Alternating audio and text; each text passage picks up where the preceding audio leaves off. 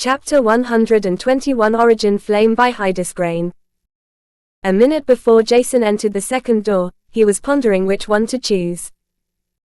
The left had definitely more treasures inside that radiated mana colors at once, but Jason's was somehow drawn to enter the one in the middle. This caused Jason to have a slight headache, but he just followed his gut feeling, as he didn't want to regret anything afterward. His mana eyes were not absolute, and there was the chance that something important could be amiss if he solely relied on them. The same could be said for Artemis in particular.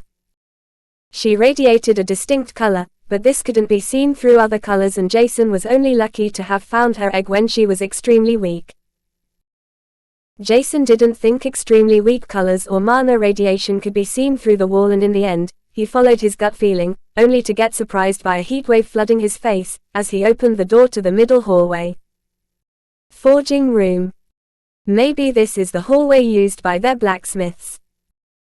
Jason knew that the goblins had at least one or two high-ranked blacksmiths, as some weapons were either custom-made or crudely forged by someone, while weapons made by humans were not as ugly as the weapons he previously saw.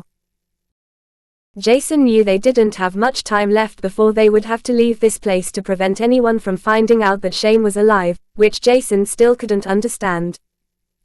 Nevertheless, he also had to be careful. If someone found out what kinds of treasures he found here, Jason was sure that many would be jealous of him, and they definitely would want to steal it from him, as his strength was still not on par with adults. It would be extremely easy to steal anything from him, which was kinda problematic. Running through the hallway, Jason felt the heat increasing even more until he reached the last door, where he was oddly drawn to. Opening the door without hesitation, he entered a large room with a smithy situated in the front. But what astonished Jason more, was that the smithy seemed to be completely filled with colors. Dozens of different types of ores could be seen inside chests in the corners of the room without radiating any colors. However, the smithy, anvil and other necessities to forge which could be seen by him radiated colors, which was something new to him. Even forged goods can release a colored hue, he thought, and this was one of the most shocking things that happened today, as it changed most things he previously thought about his mana eyes ability. He had never seen any reagent that radiated a color, neither weapons nor garment, except the soul weapons from Seren and Till. As such, Jason wasn't sure if he had seen wrong, but the weapons from Seren and Till showed signs of radiating a colored hue, which was however suppressed in Seren's case. Jason didn't know why it was suppressed or if this was intentional, but after seeing all these colors radiating from the items in front of him, he was sure about one fact. These things are worth a fortune, Jason thought, and it was the first time for him to feel his greed igniting within him. He wanted to become stronger as soon as possible, and wealth was the best way to accomplish this. As such, he collected all lighter items he could find while lifting the ores he saw, with all his effort to store them inside his spatial storage. To store something in one's spatial storage, one would only have to touch it. However, if it was still in touch with other items one didn't want to store, like the building he was currently in. Otherwise, one could be able to mine all kinds of ore occurrences without much difficulty. Storing soil and so on was exactly the same. Jason had to pick it up to collect it, otherwise, he could also envelop it with his mana. Fortunately, he decided to preserve some of his mana, for scenarios like he was currently in. Almost 5 minutes passed when Jason had collected all ores, even though they didn't radiate any color, as he identified them as rare ores, which caused him to be extremely overjoyed. After that, Jason tried to pick up the anvil, only for him to notice that its weight was probably more than a ton, and forcing him to envelope it with his mana in order to store it away, which was definitely the easiest way. Unfortunately, Jason couldn't envelop the whole forge with his mana, and he would have to leave the smithy behind, when he looked around it once again, to see if he missed anything. His gut feeling told him that there was something important he missed, while his soul world shook slightly, which astonished him, as he approached the smithy. Suddenly, overwhelming dizziness spread through his head as Jason's soul world began to shake violently, causing him to stumble. What is going on? Jason was confused and he wasn't able to regain control over his body as the balance inside him was completely interchanged. Not being able to stand firmly, he fell to the ground, holding his head in pain. The pain coming from his soul world astonished him, and Jason wasn't sure why his soul world was acting so violently, without any prior signs. Has Artemis finished her evolution? Was the only solution he could come up with, but entering his soul world he noted that Artemis was still in her evolution, which left a confused Jason behind. Leaving his soul world, the pain vanished as abruptly as it appeared. However, Jason was now left even more confused, which was apparent in his unsettled expression. As he was about to stand up, he noticed something weird inside the hearth of the forge. A black crystal. Jason wondered, and with his mana eyes activated, it was apparent that this black crystal was nothing special, but his attention was drawn to it. Inside the black crystal one could see a small, almost not distinguishable black fire flickering, trying to break out of its shell, which was a bewitching sight. The fire had the size of his pinky finger's fingertip, and it looked kinda cute in Jason's opinion. The more he looked at the flame, the more interesting it seemed, and he decided to take the black crystal with him. Holding the black crystal carefully in his hand, Jason noticed that the crystal gave out a cooling feeling, which wasn't what he expected. Suddenly Jason's soul world shook again, but this time his head didn't hurt, and he felt the insatiable desire of his soul world to obtain the black crystal in his hand, and it seemed as if his soul world would devour it if he didn't restrict it anymore. Is this black crystal something good for my soul world? Jason questioned himself.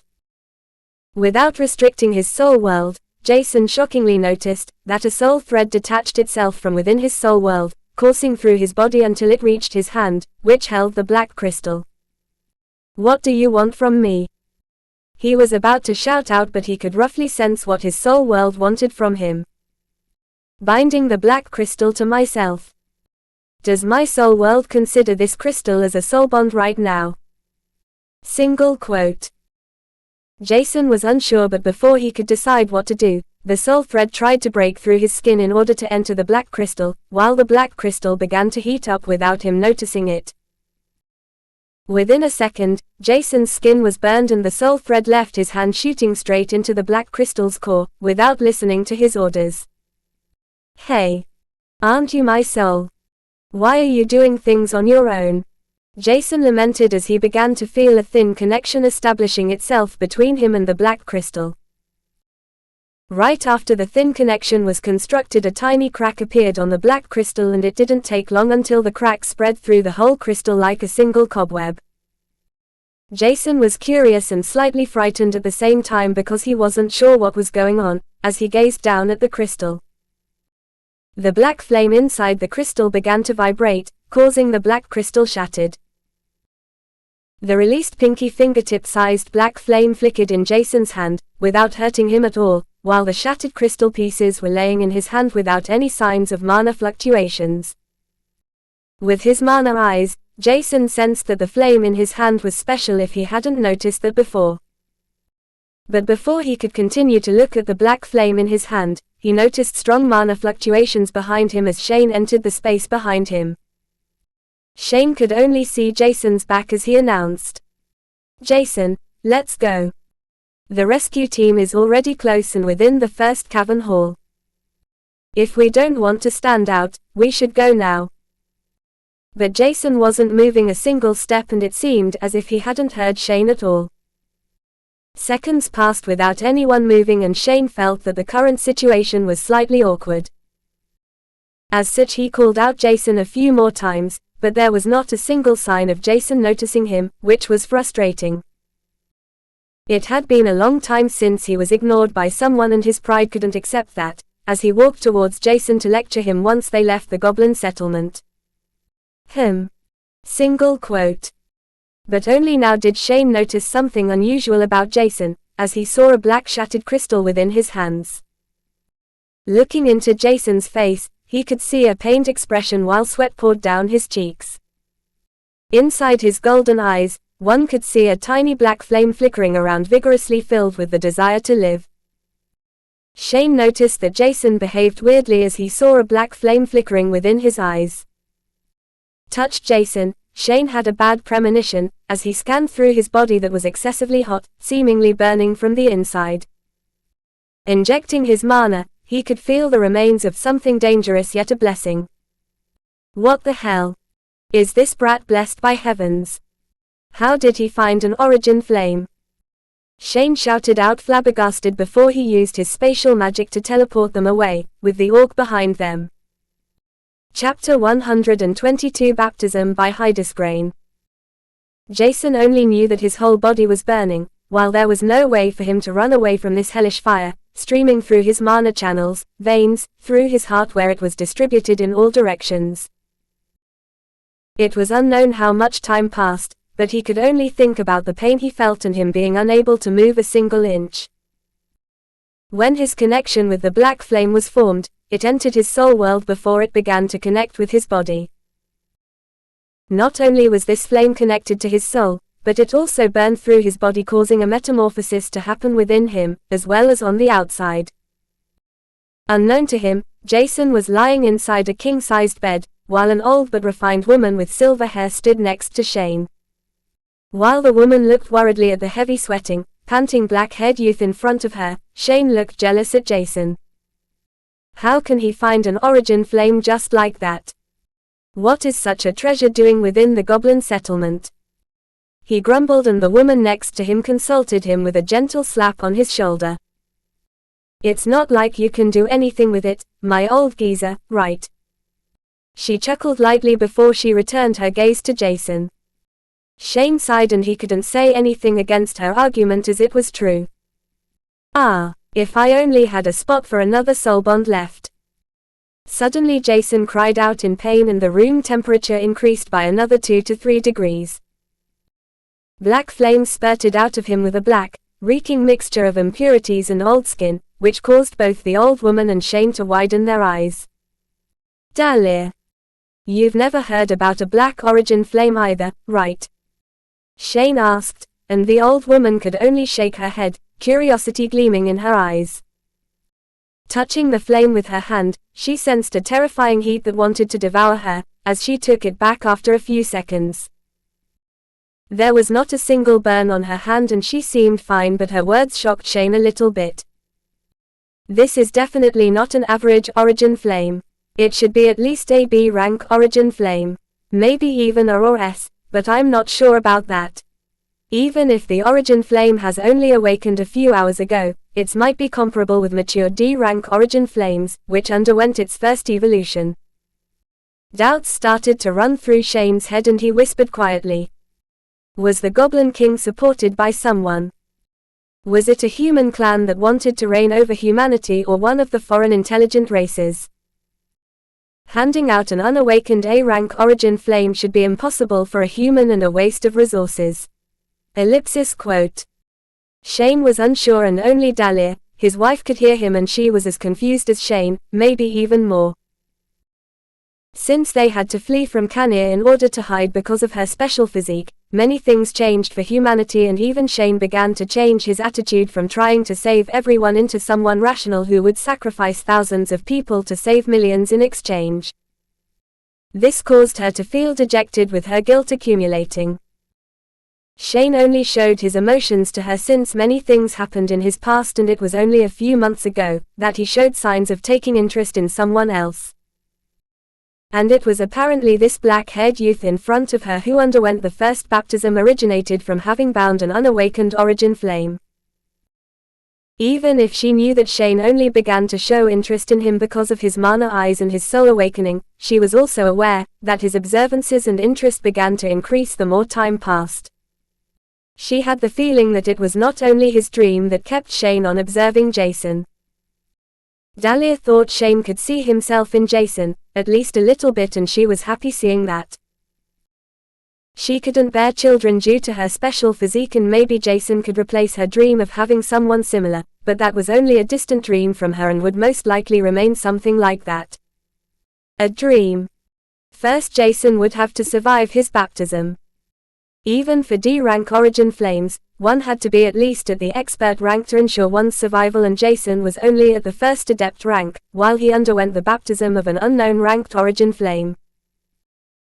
Jason seemed to be under constant pain, and black blood oozed out of his pores and 7 orifices, while Dahlia couldn't look at this anymore when a lush and vibrant green magic circle appeared in front of her with another dark green magic circle next to it. 2 1.7-meter tall humanoid-looking trees appeared in front of her. One had shoulder-long dark green vines representing her hair, while the other one had blue hair, while a vibrant distinct green gem represented their eyes. Their bodies were similar to gorgeous women with voluptuous curves, while barks covered their bodies except for the head and limbs as they looked around curiously. These 2 beasts were dryads, and if Jason saw them, he would be extremely astonished to see them. Dryads were thought to be extinct, and seeing 2 of them, and at such a high rank at that, was an extremely rare sight. Furthermore, their complexion was almost the same as humans, which indicated a well-defined intelligence. This would cause Jason's curiosity to soar even higher, but unfortunately, Jason was burning in hell's fire at the moment, oozing out black heaps of impurities, while Shane wondered how much more impurities would be expelled from Jason. But his thoughts were not based on facts. Logically seen, a baptism should only force out some impurities inside a body, but considering that origin flames were even beneficial for Lord-ranked humans, it was only obvious that Jason, who was at the adept rank, would have to force out a huge mass of impurities. Furthermore, due to them not knowing what grade his black origin flame was, they could only estimate the baptism's degree roughly. This whole scenario could be observed for hours, and Jason was filled with a huge pile of his own impurities, which were enveloped by mana and thrown somewhere else with Shane's spatial magic. The 2 dryads were using their mana to energize and regenerate Jason's mana and support his mental state.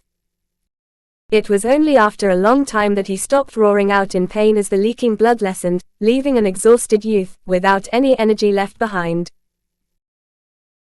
Jason felt completely numb, and hours passed without him even being able to open his eyes, and it was only the constant supply with a cooling sensation that caused him to feel alive. As he was finally able to open his eyes after an eternity passed, Jason didn't know where he was, and he could only remember that Shane appeared behind him and the black flame entering his soul world, causing chaos. His body began to heat up and he felt as if he was burning alive. But this burning sensation was already comparable to the pain he endured when he ate the devilish Valkyrie shield fruit, and Jason shuddered being reminded about the pain. Weirdly enough, he could remain much calmer this time, even after enduring this kind of pain once again, which was definitely not normal. Trying to move his body, Jason felt as if he was filled with energy to the brim. As such, he decided to sit up straight before looking around curiously. The room he slept in was empty, without much furniture except the king-sized bed, while the walls seemed to be made out of high-grade wood because it seemed to be extremely refined. Jason didn't even know how much time had passed since he formed a bond with the weird black flame. Looking at the date, Jason's eyes widened in shock. It's already Monday. More than 30 hours had passed and Jason was unsure what the Flays would say about him being out once again. Maybe they don't care. Jason thought, trying to reassure himself because he was not their child or relative, but it was hardly possible that this would happen, and he went out of the bed.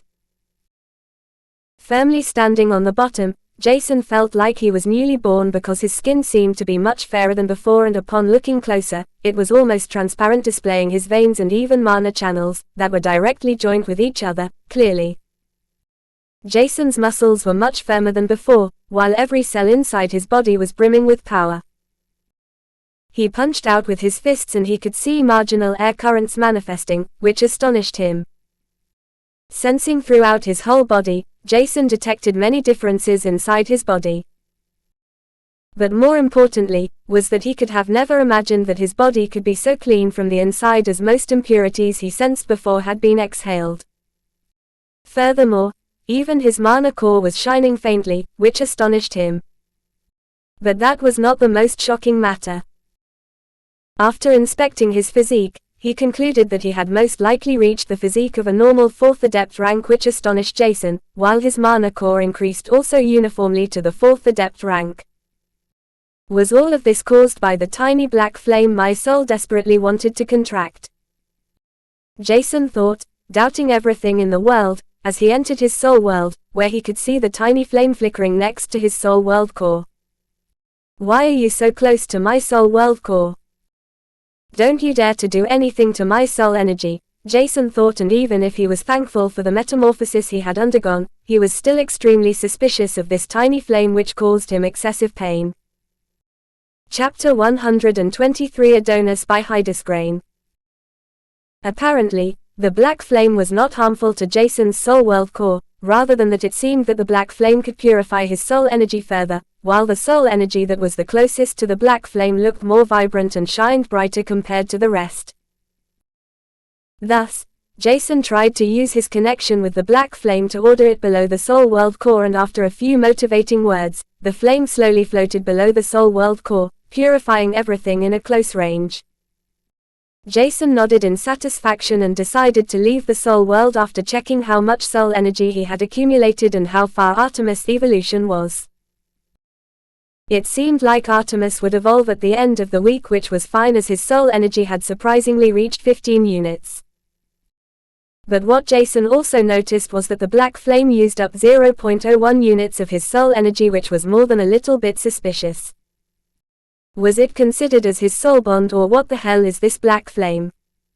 Single quote. Leaving the soul world, Jason decided to test something out, because he noticed something particular inside the soul world. Circulating his mana while looking at it with his mana eyes, his doubts were proven correct. My mana transmuted, and there is a slight touch of a black flame affinity within. Thinking about this, his expression brightened up. Have I also gained an affinity through this black flame? Jason questioned and felt the connection through the black flame. He released some of his mana, leading it to his hand, while activating the connection between the flame and him. A tiny black flame appeared in Jason's head, and he jumped up with a bright face. Due to the loss of concentration, the black flame immediately extinguished, but that was not important right now. He gained his first affinity, and it was the tiny black flame that made everything possible. Ha ha ha ha, not only have I gained a fortune by gathering the herbs, but also another amazing soul bond with an affinity, Jason thought proudly before he remembered that his third soul bond also needed soul energy, and a frown appeared in his mind. I can't even provide enough soul energy for my two former soul bonds, how should I provide enough for the tiny flame? Will it devour me, if I can't provide enough energy? He thought, causing the frown in his face to deepen even more. Dahlia and Shane were sitting outside the room on the couch when they heard Jason waking up, causing Dahlia to jump up. But before she could do anything, Shane held her back, calmly stating, "Give him some time to adjust to everything." Yeah, Dahlia replied, a little bit dejected. She wanted to look how Jason was feeling, but Shane's words also made sense. After a baptism, one had to overcome the trauma about being burned alive before one was able to adjust to the increased strength and cleansed body. Both of them wouldn't expect Jason to disregard the trauma about being burned inside out, without the slightest hesitation. Meanwhile, Jason finished expecting his body, and it was only now that a disgusting smell pierced into his nostrils, causing him to retch.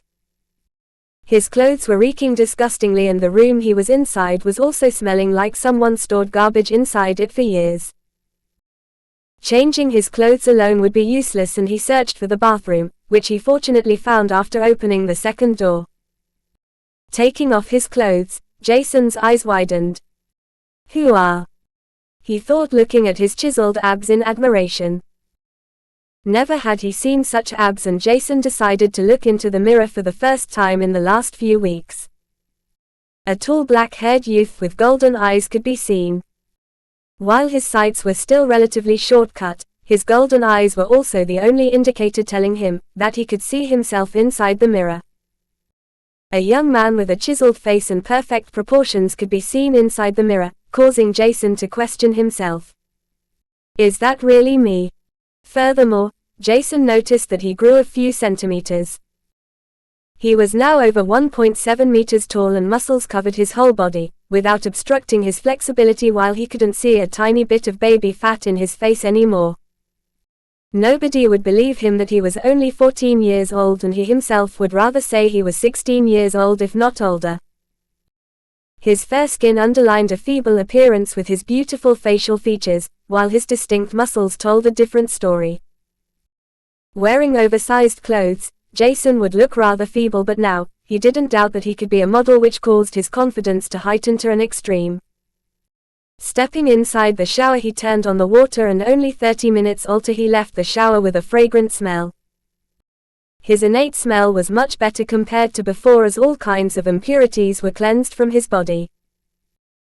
Outside the room, Dahlia and Shane looked perplexed at each other when they heard the water turning on. "Hasn't he only awoken like 20 minutes ago?" they asked themselves, confused, and Dahlia was even more shocked because the trauma she received from forming a soul bond with her origin flame was still apparent in her mind. It took her a few days to overcome the fear of burning alive, and even longer before she allowed anything touching her in fear that it would hurt her, but Jason was showering like nothing happened after waking up for 20 minutes. When Jason finished showering, he changed into a new set of clothes and left the still reeking room in order to enter a comfy small living room with all kinds of old but mysterious-looking furniture around. He immediately spotted Shane and a woman next to him, who he suspected to be Shane's wife, and greeted them politely. "Are you fine, Jason?" Shane asked, and looked doubtfully at Jason. He knew about his experience with the devilish Valkyrie shield fruit, but he was still astonished to see that Jason seemed fine, after receiving a similar experience. "Yes. Thank you for your concern, Shane." "Shane." Dahlia looked at his man, with a gleam in her eyes, and a small smile appeared. Shane avoided his wife's gaze, and before he could say anything, Dahlia introduced herself. "Hello, Jason. My name is Dahlia Blair, and Shane is my husband. Just call me Dahlia if you want." His prediction was correct, and he smiled before he introduced himself politely. "Hello, Dahlia. My name is Jason Stella. It's an honor to meet you." You don't have to be so polite. Shane likes you. Just be comfortable with us," Dahlia said, trying to avoid talking politely. She didn't like talking politely because it reminded her of humanity's social hierarchy, even though it was courtesy. But Jason was rather astonished. "Shane likes me. Why?" Single quote. Averting his gaze to Shane, he didn't seem to avoid him. "What my wife said is true. I like you, but there are multiple reasons for that. I know it's already late and you haven't been at home at the Flays for quite some time, but I hope you have some time to talk with us. The Flays were worried about you, but I called Little Till to tell them that you have important matters to attend right now and everything should work out. You are probably curious about the black flame you formed a soul bond with and what happened in the last 30+ hours, right? Furthermore, I want to talk to you about an important subject. But before I'll start a speech about things that don't even interest you, ask every question you want. We will answer everything as detailed as possible," Shane said while smiling gently, and Jason wondered how a single person could have so many personalities. In Jason's opinion, Shane was rather cruel to strangers, while he looked lovingly at his wife, and he was even kind to him, which was also strange, and furthermore Shane seemed greedy, which seemed excessive yet not. It was weird. Jason had too many questions in his mind and he wasn't sure which one to pick, so he just followed his gut feeling and began with his questions. "There is too much I want to know and I would like to listen to your story, but right now, it's more important for me to know what you want from me. I doubt you wanted to play Samaritan or nice grandpa from next door when you appeared inside the sanctuary. Bringing me to see the whole goblin beast tide was probably also because of that, and giving me inconspicuous benefits by taking me with you to the goblin basement was probably also intentional. From your eyes, I can tell that the incident with the black flame was not planned. I don't know if you regret it, but you didn't seem to have a prior look within the large goblin basement, if there was anything really important. Otherwise you would have picked it up before I could, right?" Quote. Jason finished his short speech and Dahlia looked at Jason with a bright smile when she averted her gaze to Shane. Seeing Shane, she began to chuckle lightly, which caused the awkward situation to loosen up slightly. Shane didn't expect Jason to discover so much. "You got me, brat. I'll explain everything. Where should I start?" Chapter 124 Information by Hydesgrain. Shane pondered how to begin, but he wanted to keep it simple, so he just started straightforwardly. "You also want to know what I want, right? That's extremely simple. I want you. Not your body or something like that, but rather than everything else, I want your talent, which includes your Mana Eyes special trait and inconspicuous soul awakening. As you already know, I'm far from being a Samaritan, but you'll also change once you figure out how the real world works. You are still too young to understand that. Bringing you out to the Goblin Tide was for you to see the cruelty from both sides, beasts and humans, and I think this was partially successful, don't you think so? I intended to bribe you a little bit to achieve my goal, but you already figured it out, and it's definitely true, that the incident with the Black Origin Flame was not planned. In the end, one could say you are extremely fortunate because I wouldn't be able to make use of this Origin Flame, even if I knew about it. Otherwise I would be really pissed. I think you already figured out that I'm kinda greedy, and this is human nature and nothing to be ashamed of. Without resources, you won't survive long enough on Argos, or maybe even within some dangerous cities. Staying weak will only harm you in the future if you don't want to back off against stronger ones." Shane finished and looked at Jason, waiting for questions, but Shane's answer only gave Jason more questions. "Why do you need me?" "My soul energy is extremely weak and it will take years until I'm able to contract a magical ranked beast. Let's not talk about a higher ranked beast." Quote. He said, aware of his lie about the soul energy. Jason wouldn't need a few years until he could contract a magical ranked beast. With his current increase of soul energy it wouldn't take that long, because he received a amplification from his soul bonds, which in return causes the demand of soul energy for every soul bond to lessen by . Furthermore, with more soul energy and each practice with the Heaven's Hell technique would increase his soul energy exponential. Additional to his exceptional soul energy replenishing rate, Jason was confident in Artemis' continuous increase in strength. "I noticed humanity's cruelty a long time ago, and we are no better than beasts. However, more important to me is, what exactly this origin flame is, that I apparently contracted." Quote. Jason was aware of the cruelty this world created and humans' inexhaustible greed to become stronger. They would probably sacrifice as many lives as they wanted to become stronger, and Jason could only sigh while thinking about that. But with this thought in mind, he would rather think about the unknown origin flame in his soul world, that was bond to him. "Before I can explain why I need you, it's definitely better to tell you more about origin flames. But before that, don't F***K with me. I know about your soul awakening. How dare you tell me that your soul energy is weak?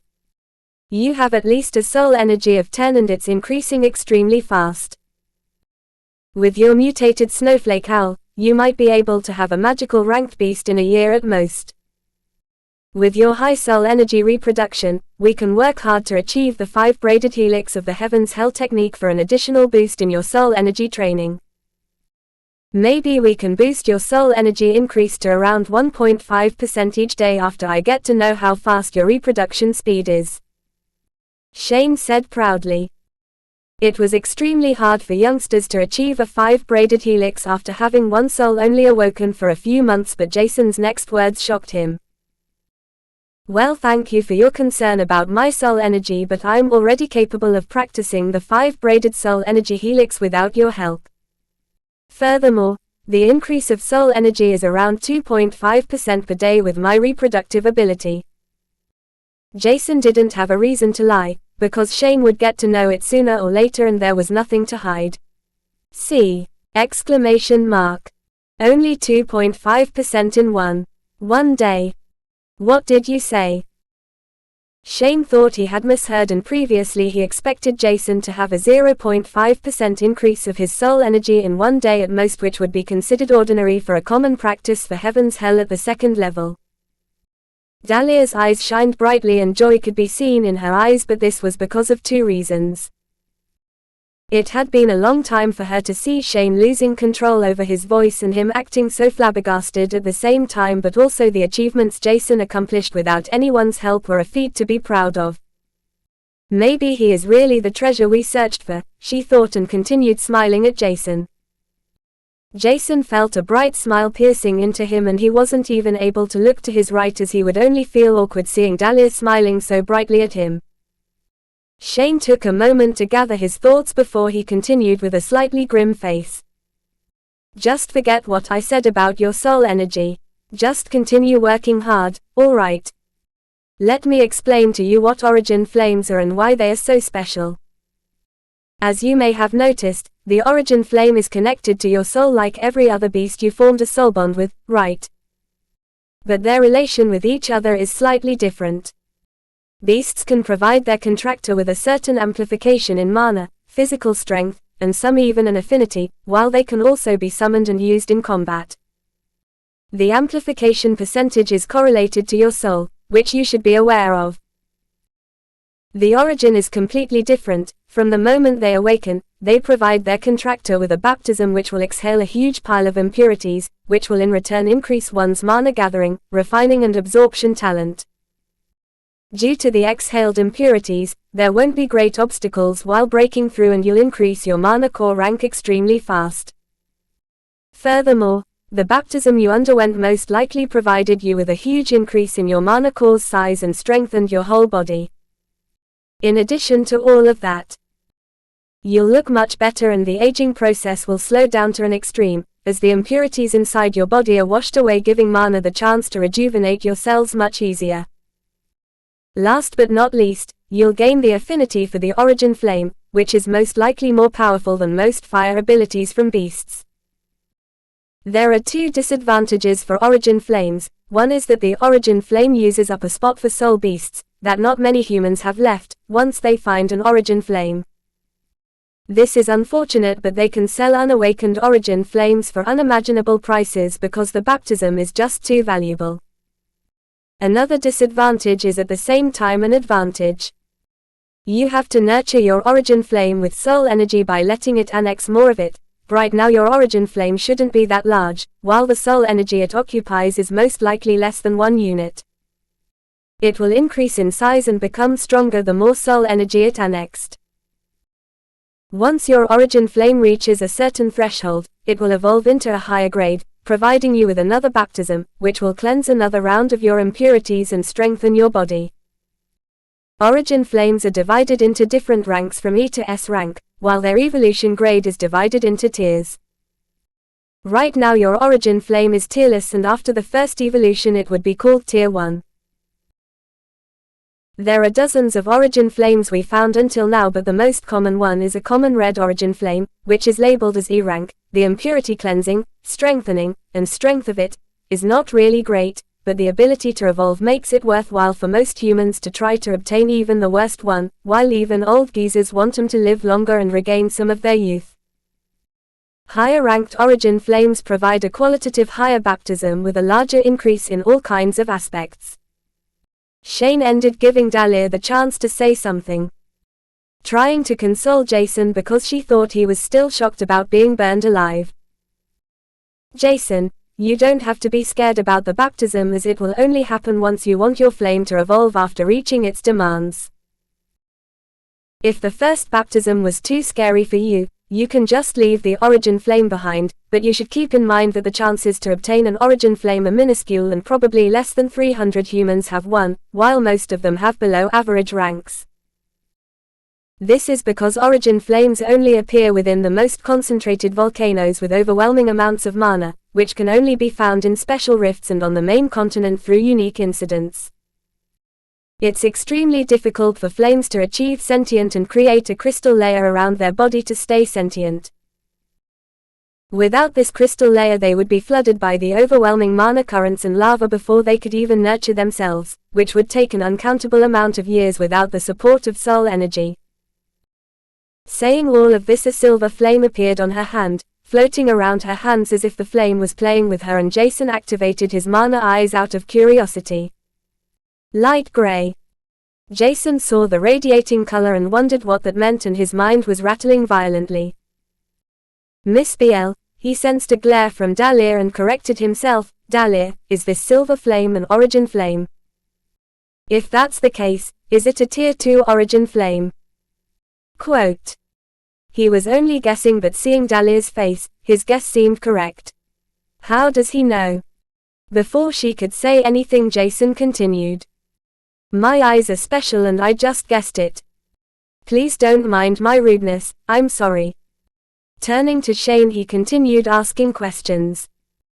If I let my origin flame occupy more soul energy, will there still be the shared amplification of soul energy from my soul world? Or is this occupied soul energy completely used up?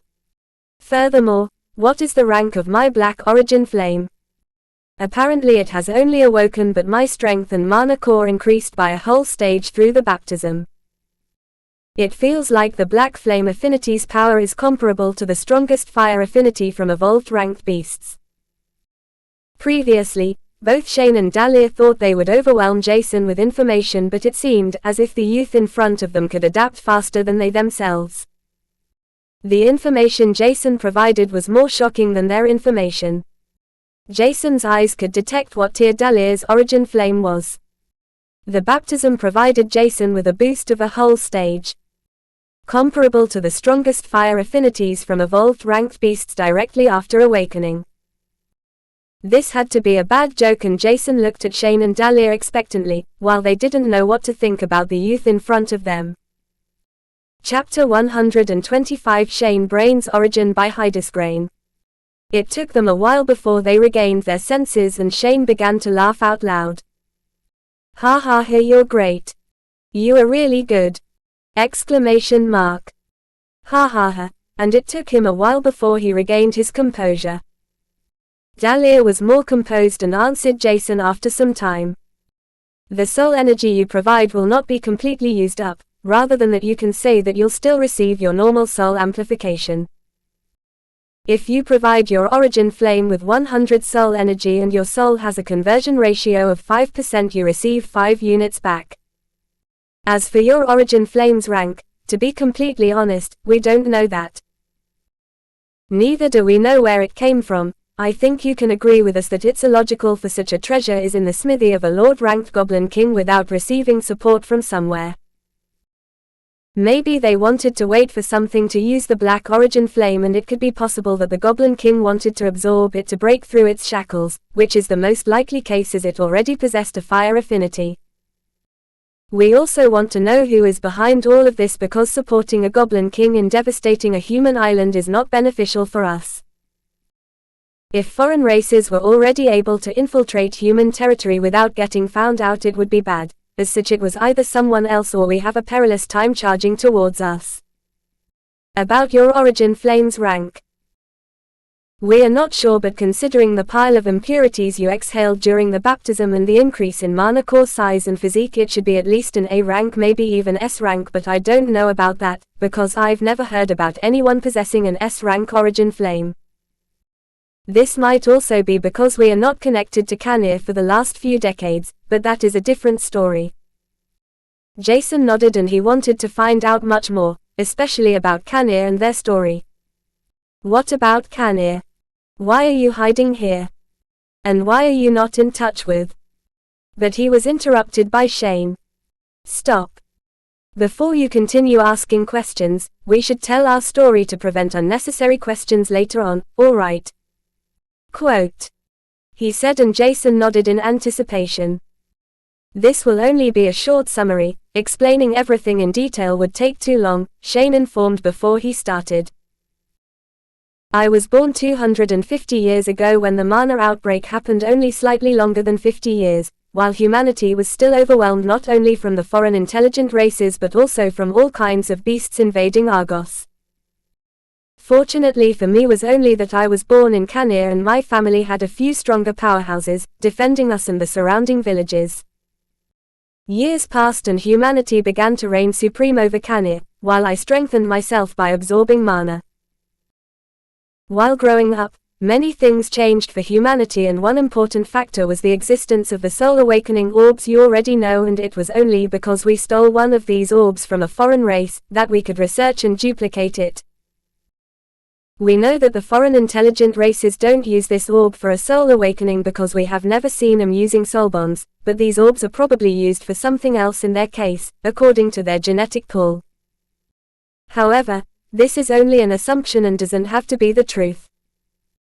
After awakening my soul energy, which was considered extremely high at this time, caused many family members to back me with resources to let me grow even faster. Being considered a prodigy felt good, and I was extremely arrogant during this time, but that was only until my family that established a small clan was completely destroyed by a high-grade beast tide with Lord-ranked beings leading it. During that time, Lord-ranked humans were still a dram, and without the help of other clans, my family was only able to send me away. Without being able to rely on anyone else and the feeling of betrayal from the other close-tied families, I worked hard to improve my strength. Not caring about anyone else, I became slightly crueler, but that was only until I met Dalir, 150 years ago. She brought me back to the right path and we fell in love, marrying only a few years later. Thanks to my strength, I was accepted into her family. Dalir with her special physique wasn't able to bear a child, which caused her family to disdain her behind her back. They wouldn't dare to do that in front of her, because her special physique was helpful to them, and additional her talent in alchemy caused everyone to see her as perfect if there was not the child problem. Without bearing an offspring, the patriarch disregarded Dalir's existence more, and I think it was around 70 years ago, when I was on a mission for the government, that Dalir was abducted from the Shaw clan that was after Dalir's special physique. Quote. Halting his story for a moment, Shane looked at Dalir before he averted his gaze to Jason to say, I'll let Dalir explain about her special physique later if she wishes to tell you her secret. Back to my story. When I came back from my mission, I couldn't find her, and the patriarch told me that she voluntarily went to the Shaw clan, but knowing the Shaw clan, I immediately understood that something was wrong.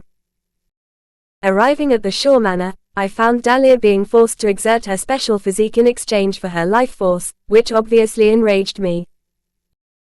Briefly summarized, I annihilated the Shaw clan, took Dalir back to her clan, where we were almost immediately kicked out by the enraged patriarch, cutting ties with us.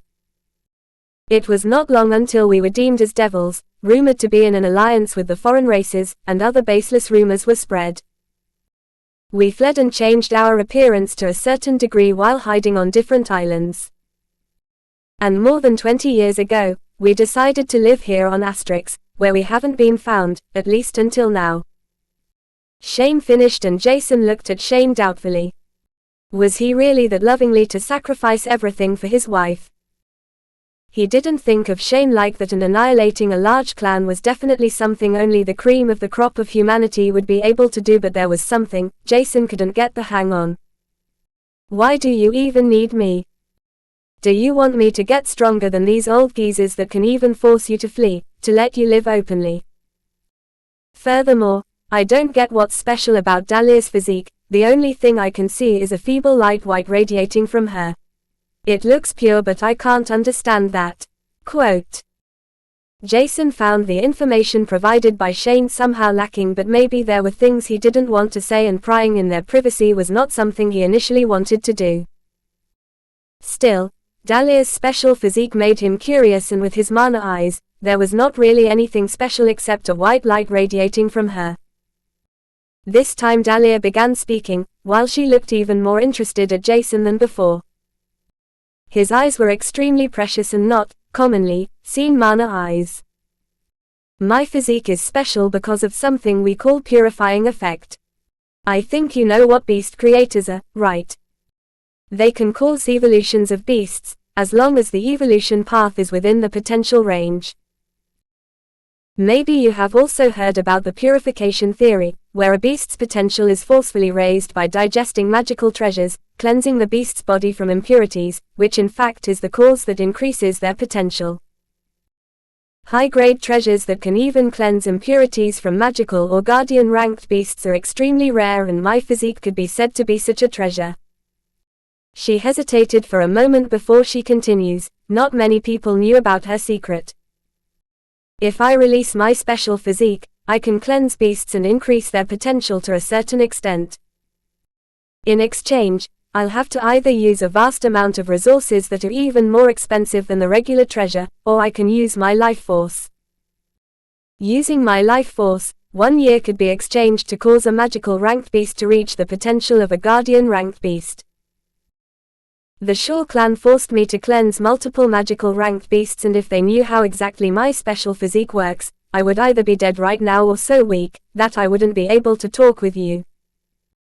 I've only once increased the potential of a guardian beast to a lord ranked beast, but the demanded resources are way too large, and a cleansing magical treasure might even be cheaper. Just like that, I'm not even sure how many years of my life I would have to waste to increase a beast's potential to such an extent. Quote. Jason's eyes widened and he questioned himself, can there be such a powerful body constitution? But her next words shocked Jason even more. Maybe you won't believe me, but my soul awakening was the worst for my clan. I awoke with an affinity to wood and fire, with less than 3 soul energy units. At this time, sentient beasts with a wooden affinity like treants or dryads hadn't been found yet, and with my low soul energy, the clan gave almost all of their wealth to obtain a B rank silver origin flame. My special physique was probably also a reason to provide me with the origin flame, in order to increase my lifespan, which can then be burned up by my physique. Years passed and I married Shane, but we still haven't found a single sentient tree or something similar when Shane came back with a special treasure that should be able to cause mana-infested woods to awaken sentience. I used it on 2 half-sentient branches instead of 1 large tree because my soul energy was still extremely small, and furthermore, I had 2 soulbond spots left to be occupied. Without the will to fight, I wanted to receive 2 wooden affinity beasts. Quote. Saying that, she summoned her 2 guardian-ranked dryads that looked around curiously. These are the 2 branches, and due to my physique in addition to vast amounts of resources, I increased their potential and evolved them both into dryads. Jason was perplexed. This special physique of Dali was extremely precious, but probably also extremely dangerous. He would never want to have such an obvious body trait because he didn't think Dahlia could completely suppress her physique to prevent anyone from finding out by sensing through her. Well, it's not like my mana eyes are less obvious. While Jason was still deep in thoughts, Shane decided to lead the conversation again. To be honest with you, I followed you since your soul awakening, and I made a background check to find out if you're suitable for us, and you exceeded my expectations and probably also Dahlia's. We don't want you to fight for us or something like that, but rather than that, it is more important for humanity to see a ray of hope. You may not be aware of your talent, but alone your soul awakening is good enough to consider you as prodigious. It is unknown how many soul bonds you can contract, and it looks like your soul energy will increase many folds in the next few months or years. I'm confident about your combat prowess, and by combining these facts I think you can help humanity to unite, or at least form a defensive line on Canir. You may not be aware of the dangers humanity has to face in the last few dozen years, but even before we had to flee from Canir, more and more beasts invaded it from temporary materialized rifts while the intelligent races approached us on Canir. While everyone believes that humanity is united in the Federation, that is only a facade. You already know that the archipelago is divided among the big clans, families, and firms, while the same could be said for Canir. In Canir, most countries are reigned by a clan, and instead of fighting together against the threat we should face together, they prey on each other to obtain more lands and resources. This is either done by scheming, crafty tricks, or even open battles, and even if a country would be annihilated due to the invasion of foreign races, I doubt that other clans would help. They would probably either wait until everyone is weakened before they would begin their own conquest and annihilation of foreign races. Considering the unimaginable potential of your soul awakening, we think with our support you will be able to change something, and in accordance with our research about you, we think you also want to change this society, and it would only help the weaker ones if everyone worked together. Jason looked at Shane with a complex expression, before he subconsciously blurred out, "Are you drunk?" Quote. Chapter 126, Deuce by Hydesgrain. Hearing the reason why Shane wanted his talent, Jason was a little bit flabbergasted. "They want to nurture me so I can unite humanity. Did they fall on their heads, or was their isolation bad for their mental health?" Single quote. Jason was a rather gentle kid, but he had never led anyone, rather than that he was a social cripple who couldn't even socialize in school. How should he change the mind of powerhouses comparable to Shane if he was like that? Even if he wasn't fond of the society with its hierarchical system, it was only normal to let stronger ones lead weaker humans, with the exception of a few wise men and women. The only thing that really shocked him was the enmity among humans and the big clans. They were already under a devastating threat, and now Jason found out that humans additionally fought against each other. It sounded like a bad joke, and Jason paled thinking about millions of humans that died needlessly because of that. Shane and Dahlia noticed that, and they couldn't really do anything to help him understand the current situation. The most problematic was that the information they provided about Canir were already outdated, and the threat from foreign races could have increased by a large margin. But why me? Can't they search for someone else? It's not like I'm a saint or something like that. Jason needed some time to think their proposal through when a certain question nagged at him. "I have a question about the Goblin breakout. Both of you are under the assumption that the Black Origin flame can't be from Asterix and is probably from someone supporting the Goblin King to reign over the island, right? Is it possible that another faction from the human race supported the Goblin King and provided it with enough resources to nurture a runemaster, blacksmiths, and even an unawakened origin flame?" Quote. This question was essential for Jason to figure out what to do. Even if the chance was minuscule, it couldn't be accepted that some humans could decide over more than 300 million lives only because of some small benefits. He knew that Seren and Till were good examples for descendants from big families, and Jason also thought that not every big family would sacrifice humans to gain small benefits, but they were most likely the minority. Jason had read enough stories about humans to find out that they are greedy enough to sacrifice or murder others in order to gain wealth and power. Shane sighed while Dahlia looked down, visibly sad. "In my opinion, this incident was most likely planned by a foreign race. However, Asterix is one of the furthest islands from the main continents with the foreign races situated on. As such, I'm relatively sure that humans participated in this whole Goblin King issue. I can't say for sure that one of the big families, clans, or companies participated, but the chance is definitely there. And to be honest, it wouldn't be surprising," Shane said, and Jason saw that his eyes gleamed in anger and frustration, as he was also a victim of the greed from the big clans. All of them wanted Dahlia's special physique, and he wanted to protect her. As such, he became a devil in humanity's eyes, while the true devils lived among humans. He had to hide, while the others could continue with their hideous acts. Jason had already the bad premonition that humans were colluding with foreign races for a long time, but figuring out the truth was still appalling. More than 10 minutes passed and he was still unable to gather his thoughts, while Dahlia ordered the dryads to release some of their fragrance to ease Jason's mind. She was sorry for Jason because he was only 14 years old and they asked him to unite humanity.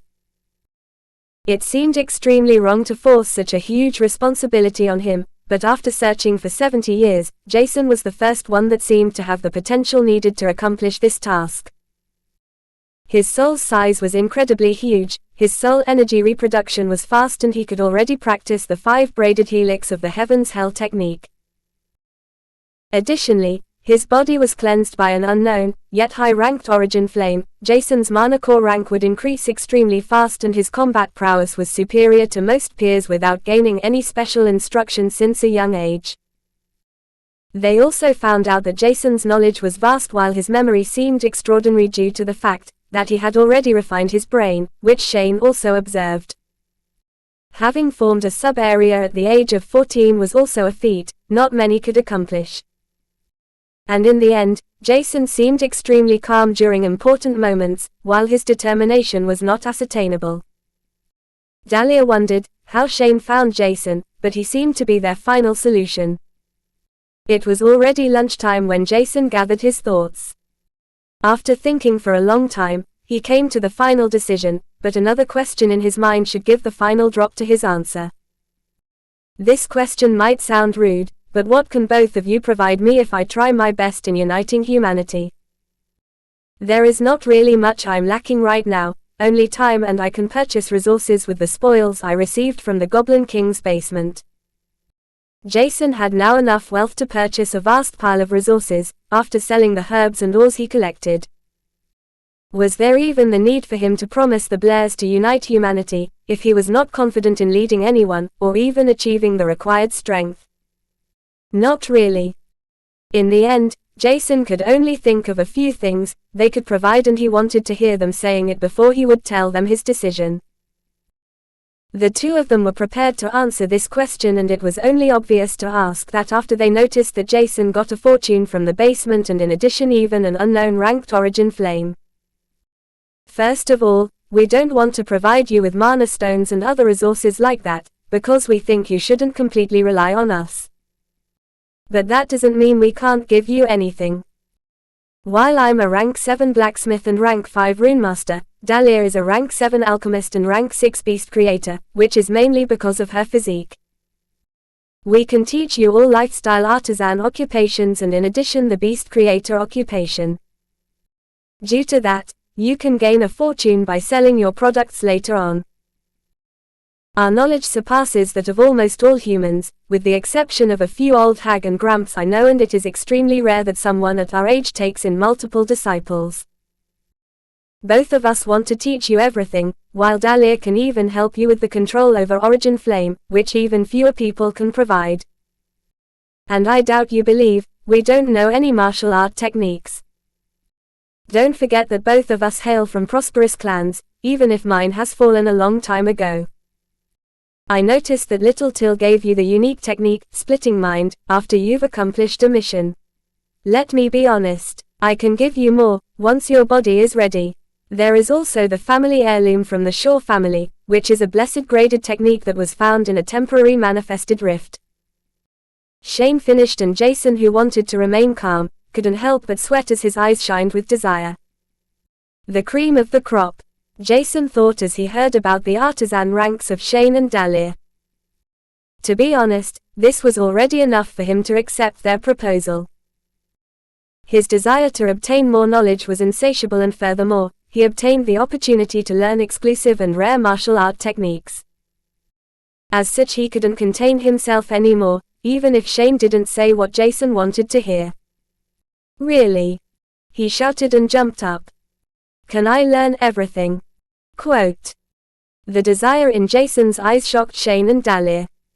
Dahlia smiled brightly and gently said, "Of course you can," before adding, "if you provide me with enough mana, I can even increase your soul beast's potential to a certain degree, if you want to." Now the words Jason wanted to hear fell, and he looked at Dahlia seriously. Really? And his voice grew even more excited. Shane looked at Dahlia with a blank gaze. Does she like this brat that much? He wondered, as increasing the potential of beasts would hurt her, even with the required resources supplied. It wouldn't shorten her lifespan, but Dahlia was sensible to pain and would avoid it if possible. Dahlia nodded with a gentle smile. She noticed Shane's gaze but decided to ignore it. Sighing, Shane turned back to Jason and warned him. There are a few things you should know, once you decide to either accept or decline our proposal. If you decline it, you'll have to form an advance soul contract, that you have never seen or heard about us. Lying to us or thinking about breaking the contract will immediately kill you, but it is still better than torture, right? Accepting our proposal means that most big families will hunt you because learning from us makes you our disciple. The chances to die once that happens are high, to put it simple.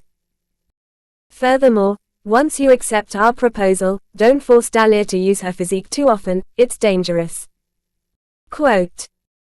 Jason already predicted that he would be hunted once he accepted the proposal stated by Shane, but the last sentence caused Jason to look confused. Is it really that dangerous to increase the potential of beasts? He asked innocently, slightly worried about Dahlia. She was extremely nice to Jason and could be considered a cute granny. Thinking that she would be in danger because if she increased beast potential would be frustrating. Shane was about to answer as Dahlia interrupted. It is per se not dangerous, it only hurts and my body is sensitive to pain. I won't die or receive permanent injuries. But Jason looked worried at Dahlia and said, can't that be prevented? Quote. Shane stated. It can be prevented, but the resources required to upgrade a beast's potential triple or increase by even more, and thus it would be much easier to search for magical treasures with the same effect. Fortunately, Dahlia won't feel much pain to increase the potential of beasts below the magical rank.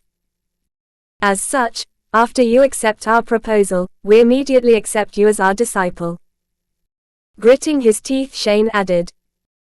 Once you have the required resources, Dahlia can increase your soul bond's potential to the unblemished rank, without receiving many backslashes, but after that, it'll be painful. Jason was already sure what to decide, but after hearing Dahlia's offer he was touched. I don't want the weak to suffer, but I can't promise anything. He hesitated because he was unsure if he would be able to do it. Furthermore, he was unsure what he wanted to do in the future and if accepting their proposal was even useful for him, as he had to shoulder a huge responsibility in this case. Looking up, Shane and Dahlia looked at each other for a moment, before they nodded, accepting that Jason would have to give his best, as Jason was their best solution they found within the last 70 years. They weren't even sure if they searched already for too long and it could already too late. Noticing their approval, Jason sighed in relief, as he said. Disciple greets Master Shane and Master Dahlia, it's an honor to meet both of you.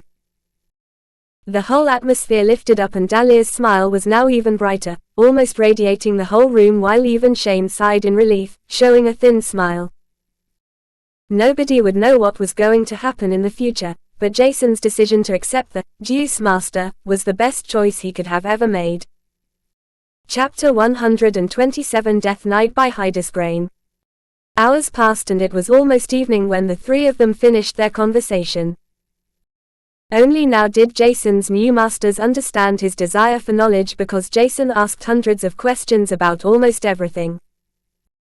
This included herbs, walls, their ranking, beasts, habitats, landscapes, temporary rifts and their connection with us, permanent rifts, and what the other side really was.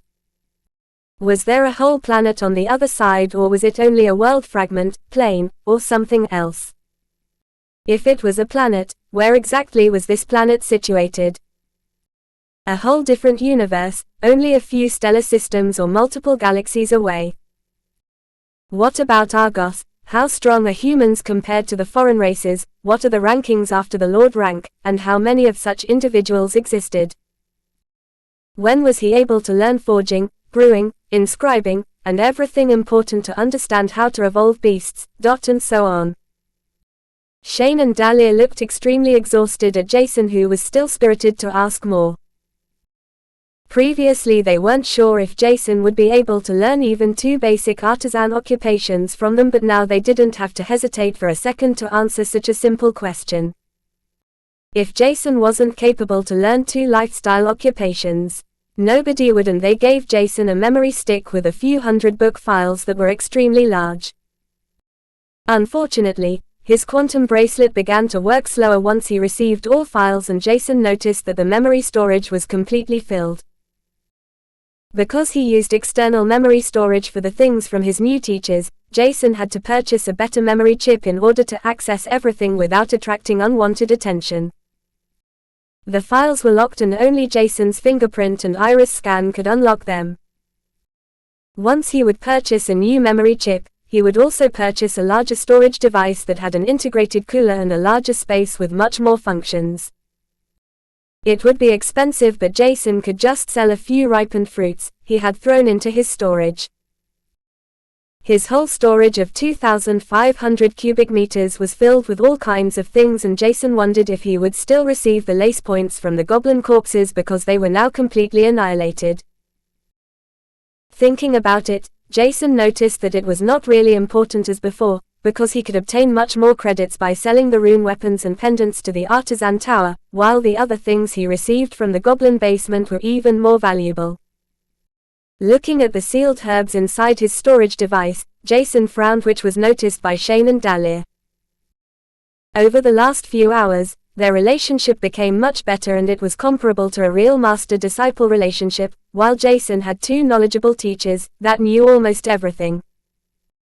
After inquiring what was wrong, Jason stated the problem with the sealed herbs and that he couldn't just plant them at the Flay's home as they were too valuable and would attract much attention. The solution was much simpler than he expected, as Dahlia took out a miniature conservatory from her ring that was a spatial device specially made by Shane. The spatial device made by Shane couldn't store beasts, or rather sentient beasts. However, there was a section specially made for gardening, which Dahlia loved.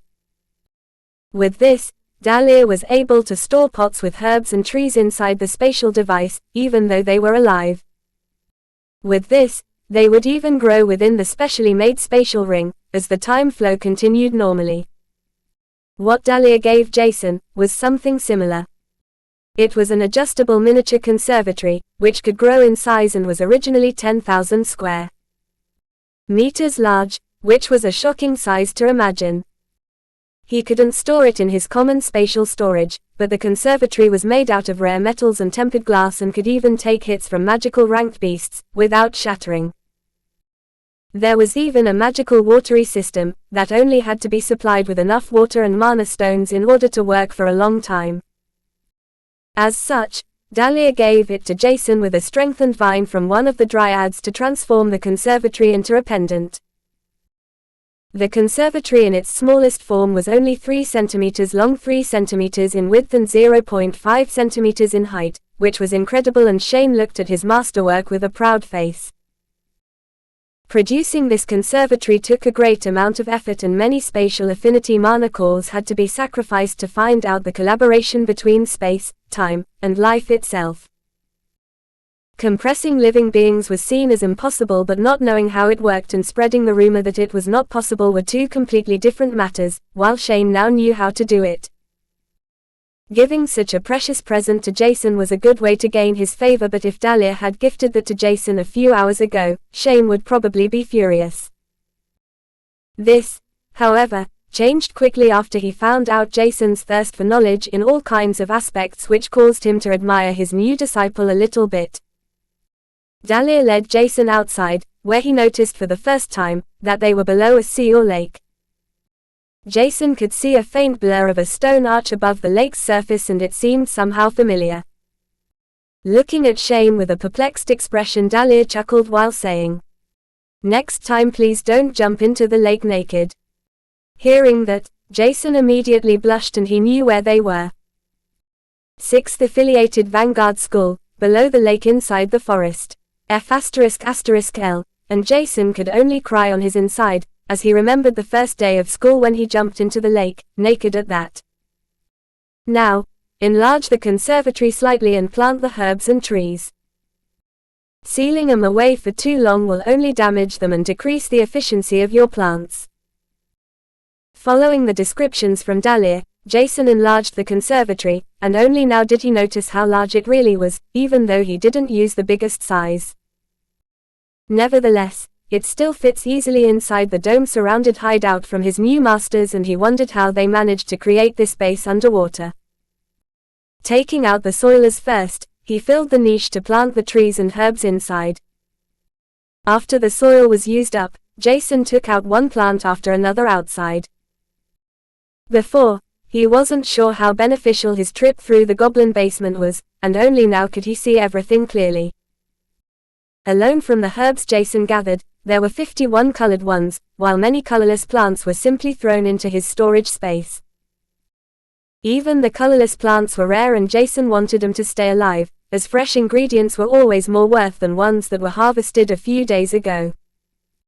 As such, Jason began to use his hands to plant all of the plants one by one. Shane would have never thought that Jason had gathered so many herbs within such a short amount of time, and his suspicion about Jason's mana eyes grew once again. "Jason, we are considered as your masters now, right? I hope you don't mind telling us about your mana eyes." Quote. He simply asked, and Shane was sure that Jason would answer everything because both he and Dahlia told Jason their secrets. Jason didn't even look up from working and answered without thinking about the consequences for a long time. "I don't really know if I have mana eyes or something else, but I can see almost everything with them. For example, that you have 4 different kinds of beasts contracted, while 2 of them are darkness attributed, another one has a water affinity, and your last soul bond has a spatial affinity. I can tell that because of the transmuted mana and the colors within the mana. Dahlia's mana is transmuted by her silver origin flame and the wooden affinity. Furthermore, my eyes have weird effects. One of them can roughly tell either the potential of beasts or the purify or their mana core. I'm not sure about that. There are different colors radiating from almost every beast, and until now, I've never seen a beast with a higher rank than the color I've seen. Another effect of my eyes is that they can somehow intimidate others once I'm angry. This only applies to beings below my own rank or unguarded humans. The last effect I know is called Abyssal Effect, and is caused by my killing intent in addition to supplying my eyes with more mana. I don't know if Shane watched my spar against Leo, but if you did, the effects should be clear. I could almost defeat someone 2 stages above my rank with that. Unfortunately, I don't really know anything about my eyes, and the information I provided are not proven or something like that. My eyesight increases exceptionally with my mana core rank increase, and the same can be said for my trait. The stronger I get, the better I understand my mana eyes. Jason finished, and he had almost finished planting all the trees and herbs when he looked up right into Shane's doubtful eyes, as he noticed something weird. Why did I tell them everything? Couldn't I have hidden a few facts? Single quote. Sighing, Jason noticed that it was already too late, so he had to confidently charge through everything. Should I prove some of my information somehow? He simply asked without any sign of being agitated about getting doubted. I believe you, but can you still show me what exactly you meant with seeing the potential? Shane said, and 4 beasts were summoned in front of the conservatory. In front of Shane appeared a 100-meter long and 2.5 diameter width blue-scaled snake with sapphire eyes, next to a 20-centimeter long golden mouse with golden eyes. Jason felt chills when he saw the next beasts, and at first, his gaze fell on the Bane of the Thousand Eyes wolf, which he immediately avoided, only to look at a pitch-black armor with blue flames spewing out of the visor slits. Death personally could be perceived from this direction, and Dahlia told Jason to store away the conservatory before the herbs would wither and rot. The death aura radiating from this black armor was overwhelming, and Dahlia was worried about the well-being of the plants, which subsided after Jason adjusted the size of the conservatory. After Jason put on the conservatory necklace, everything should be fine, as the material the conservatory was made of could prevent any outside auras infiltrating it, as long as it was not forcefully pushed in. Please tell me what their potential is and their rank if possible, Shane said, looking carefully at Jason, whose eyes were now shining lightly. Jason saw a new color he had never seen before. Wait. Didn't the Goblin King also have this color? He asked himself, and only now did he realize that it wasn't only the blue flame that radiated from the Goblin King, but also a dark blue hue indicating its potential. The Golden Mouse is a magical ranked beast with a spatial affinity and your weakest soul bond. The Bane of the Thousand Eyes wolf is a mid-guardian ranked beast that reached its limits according to the potential I see, while the water serpent probably has some dragon bloodline in it because its rank is at the peak of the guardian rank while the potential should barely reach the lord rank, and that death radiating armor thing, which is probably a death knight, should be at the lord rank while its potential is also used up. Only the water serpent can grow slightly, while all other beasts have used their potential completely up. Jason finished and Shane could only nod helplessly.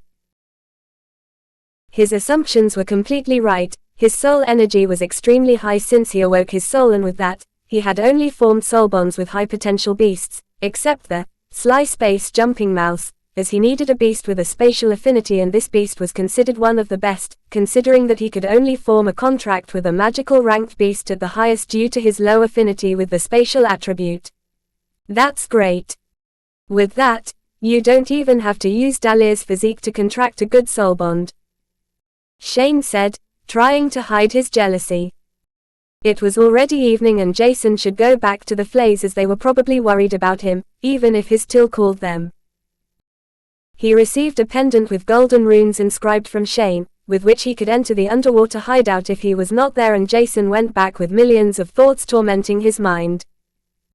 Too many things had happened in the last few days. Chapter 128 Leave. By Hydesgrain. Jason arrived at home, still disturbed by the thoughts rummaging in his mind. Too much happened during the last few days and Jason was barely able to concentrate enough to practice the Heaven's Hell technique within the shuttle. But it was necessary because the time when Artemis' evolution finished was approaching. Arriving at the Flay's home late at night, he silently entered the house only to be greeted by a bulldozer hugging him while slender arms squeezing through the thick arms that enveloped his whole body. Greg and Malia were hugging him, and behind them, Jason could see Gabriella and Mark. Gabriella looked at him worried, but seeing that he was fine, her tension eased up. Mark also sighed in relief when he saw that Jason was fine. He had been away for 3 days in a row without sending a single message, which was not normal for him. His teacher called them saying Jason was in an important breakthrough, but it seemed weird to them as the timing was unfitting. What kind of breakthrough would take 3 days, at Jason's mana core rank at that? Maybe if one wanted to break into the Magus rank, a breakthrough could take so long, but that was definitely not something Jason could achieve soon. It took Jason more than 3 minutes until he was able to escape the siblings' grasp and they began to calm down. Where have you been for the last few days, and what kind of breakthrough took you 3 days? Greg asked curiously, and Jason wondered what he meant. Did Till tell them that I had some kind of breakthrough? What should I tell them? Jason wasn't sure what to do and he decided to hide the truth in a small lie. Rather than a breakthrough, I had some complications with my third soul bond. Due to some unforeseen circumstances, there was a mutated fire elemental hatchling that was about to die, and I formed a contract with it to prevent that. Unfortunately, I underestimated the consumption of soul energy caused by this mutated fire elemental, causing it to go overboard and almost out of control. The last few days were extremely exhausting, but everything is fine now. Jason tried to explain without telling anything about his origin flame because Shane told him that he should hide the origin flame's existence as a secret. At least as long as it was possible. Shane said that he should just explain that he had a mutated fire elemental as soul bond if someone asked, as this was a possibility to gain a mutated fire elemental with a black flame as soul bond, even though it was rare. Releasing a small black flame on his hand, everyone looked at it with astonishment. Even Gabriella and Mark had never seen a black flame, and it was bewitching to look into. A moment later, Jason closed his fist and the flame vanished into thin air. Gabriella came back to her senses and asked, slightly worried, once she finished scanning Jason about his well-being. But you are definitely okay, right? There is no internal injury within your body or soul. Quote. To which Jason nodded. All of the Flays were nice and kind to him, and Jason was happy to have met them, and he felt bad lying to them. They talked for some time and Jason received a lot of information about the Goblin Tide and where the Flays were during that time. Apparently, the Flays were at home sleeping or absorbing mana, and they had only heard the Beast Tide alarm sound through the whole city and reports about a Beast Tide later. But only a few hours later everything was over and they hadn't seen a single goblin close to them. Nevertheless, there seemed to be more than 1 million victims from the ghettos, or rather poorer districts, where the Magus and Grandmagus rank fought their battle. After they finished talking, Jason went into his bed, which seemed to devour him, sending him into a deep sleep. It was 6 a.m. when Jason felt stingers attacking him, and it was Scorpio waking him up.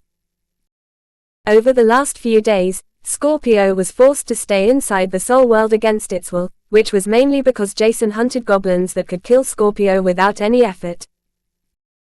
After the goblin tied in with his baptism, Jason had no chance to do something for Scorpio, and it could be said that it was lucky that soul bonds subsisted, while feeding on the contractor's mana. It was less efficient than high nutrition food with a large amount of mana, but it was still enough to survive.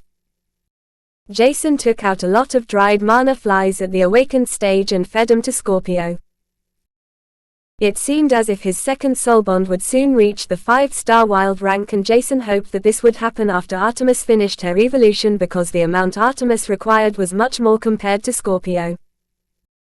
Nevertheless, Jason had to increase his soul energy for all of his soul bonds, which included his origin flame, which still annexed only 0.01 units. After doing his morning workout with some extra reps, Jason washed up, changed into his school uniform, and went down to eat breakfast, before he called his shuttle. Practicing the Heaven's Hell technique inside the shuttle, Jason estimated that his soul energy reached 15.2 units, and he was still some units away from the minimum required soul energy needed, even though he would receive some shared soul energy from Artemis. In the end, playing safe was important in this matter. His new masters, also called Deuce Masters, told him that he should stay in school and continue to study as if nothing happened.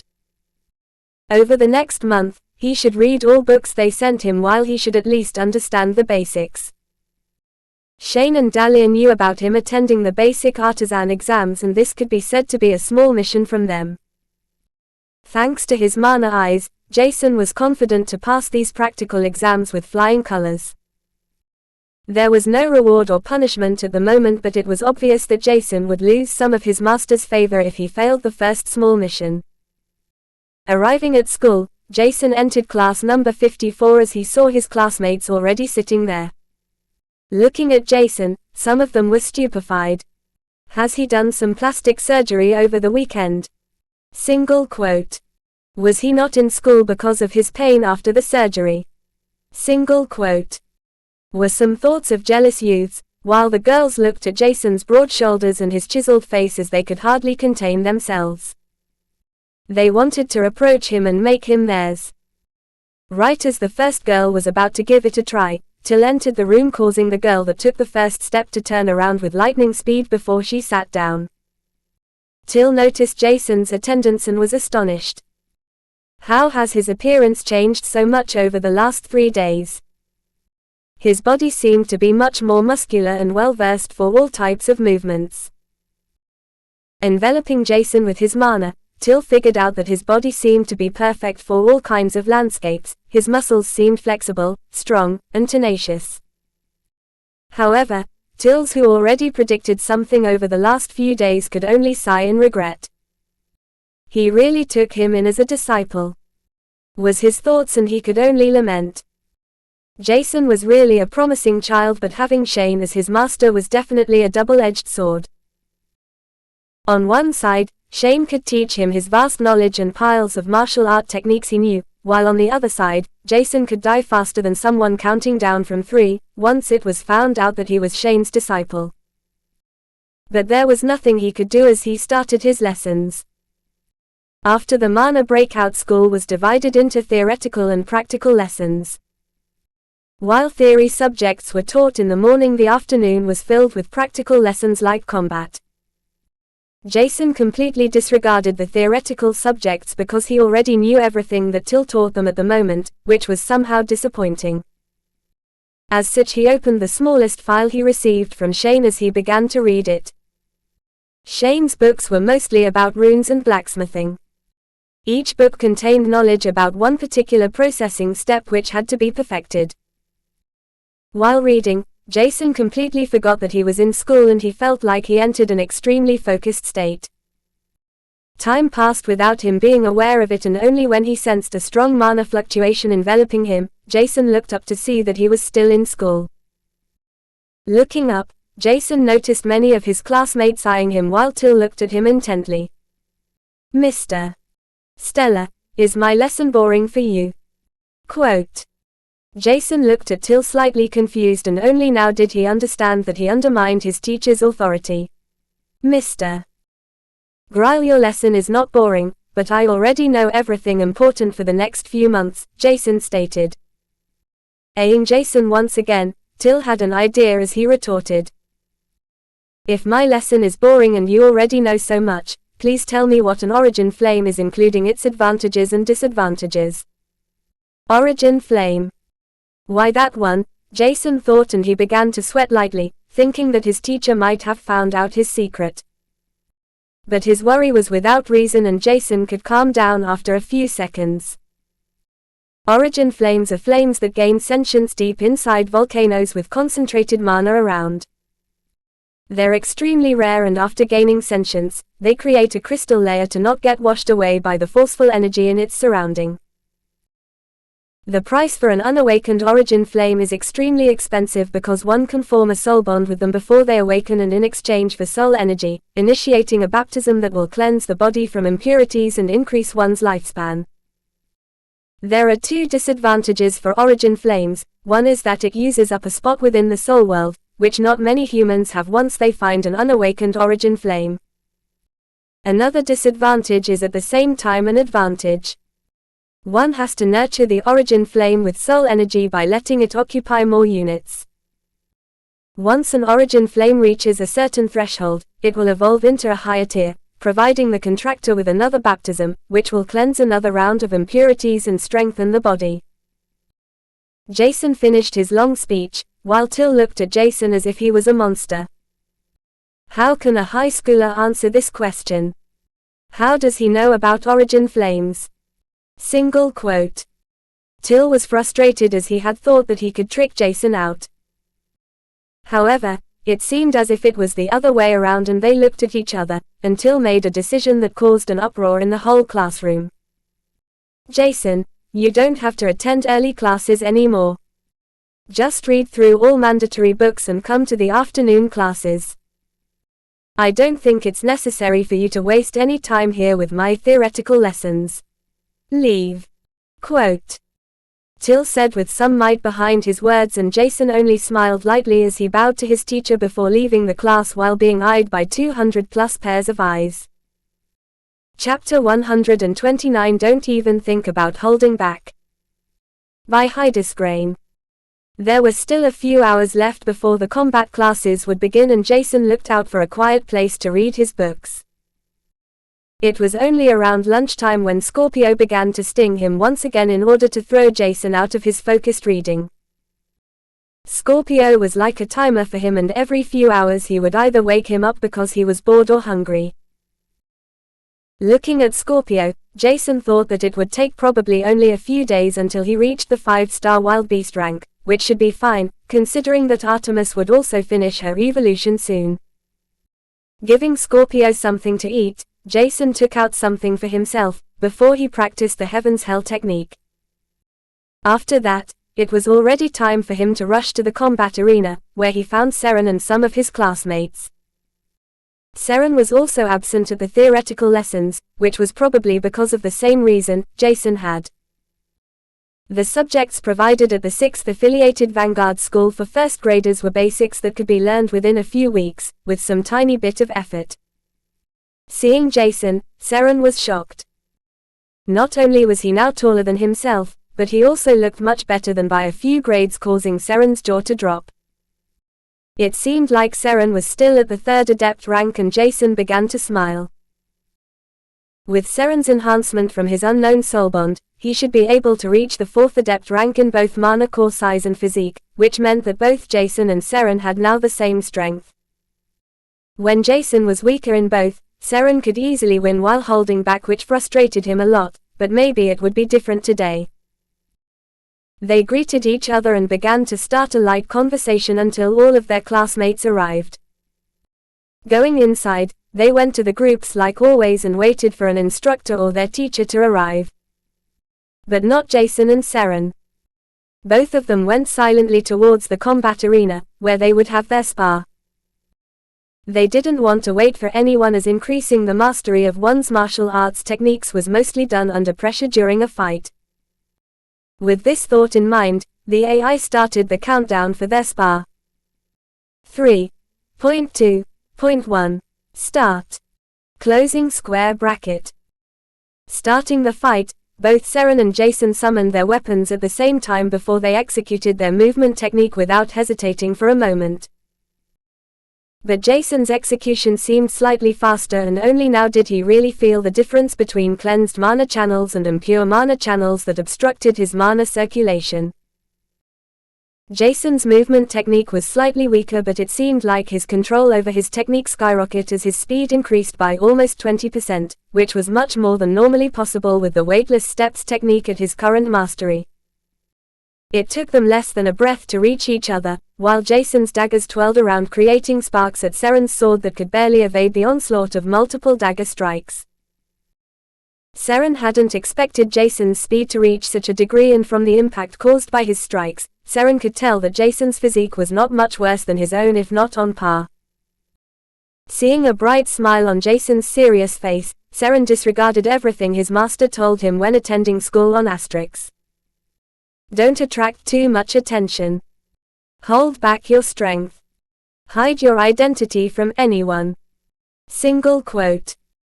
His identity was long known by Jason, and fighting with him was just too satisfying and beneficial for himself, that he couldn't help but release the shackles he put on himself. Exerting the floating sky technique to his fullest potential, Seren's speed skyrocketed, while Jason noticed that Seren's mana core increased slightly in size, while it became even more difficult to his strikes. Instead of overpowering Seren with his newly acquired strength, Jason took note that Seren stopped holding back in order to fight with his whole strength. This caused his already bright smile to turn even wider. Don't even think about holding back, Jason shouted as his mana erupted, injecting even more in his movement technique in addition to his lower body.